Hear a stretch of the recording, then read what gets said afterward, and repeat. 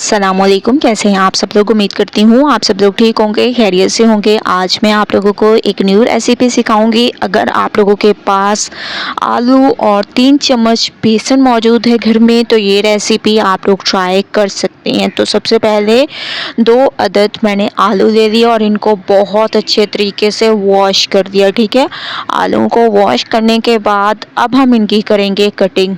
तो कटिंग का आप लोग देखते जाएं कैसे आप लोगों ने इसकी कटिंग करनी है। और आलू पहले आप लोगों ने चेक कर लेने हैं कि ये बिल्कुल भी नरम ना हो, क्योंकि नरम आलू जो होते हैं वो ख़राब होते हैं। इस वजह से आप लोगों ने पहले चेक कर देने हैं। ठीक है, तो स्टेप बाय स्टेप मैं आप लोगों के साथ ये रेसिपी शेयर करती जाऊंगी। तो आप लोगों ने पूरी रेसिपी को देखना है और मुझे अपना फीडबैक ज़रूर देना है। ठीक है, तो इनकी मैंने ऐसे कटिंग कर दी। अब आप लोगों ने इसको ऐसे काट देना है जैसे फ्राइज़ की कटिंग करते हैं, वैसे आप लोगों ने इसकी बहुत अच्छे तरीके से कटिंग कर लेनी है। बहुत ही अमेजिंग तरीके से ये हमारी रेसिपी तैयार होगी, बहुत ही ज़बरदस्त। अगर आप लोग एक बार इसको ट्राई करेंगे तो इंशाल्लाह आप लोगों का बार बार दिल करेगा।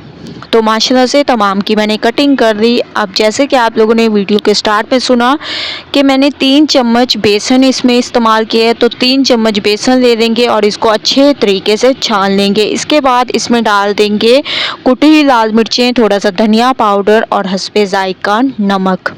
ठीक है, ये तमाम चीज़ें डालने के बाद सबसे पहले आप लोगों ने चम्मच की मदद से मिक्स करना है। उसके बाद अगर आप लोगों को ज़रूरत महसूस हो तो थोड़ा सा इसमें पानी ऐड करके इसको अच्छे तरीके से मिक्स कर सकते हैं। तो थोड़ा सा मैं इसमें पानी ऐड कर दूंगी। आप लोग देख रहे होंगे कितना कम मैंने इसमें पानी ऐड किया, तो आप लोगों ने इसमें इतना पानी ऐड करना है और अच्छे तरीके से इसको मिक्स करना है। मिक्सिंग पे ध्यान दिया करें क्योंकि मिक्सिंग पे डिपेंड करता है रेसिपी कैसी तैयार होगी।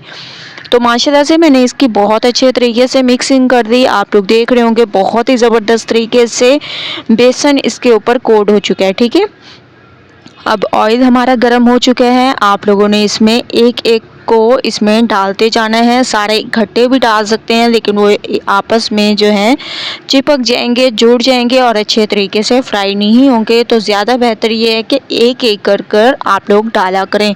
ठीक है, बहुत ही ज़बरदस्त तरीके से मैं इसको डाल रही हूँ। एक साइड इसकी पकने देंगे और ये याद रखना है कि स्लो फ्लेम पर इसको फ्राई करना है ताकि आलू हैं तो ये हमारे अच्छे तरीके से गल जाएं।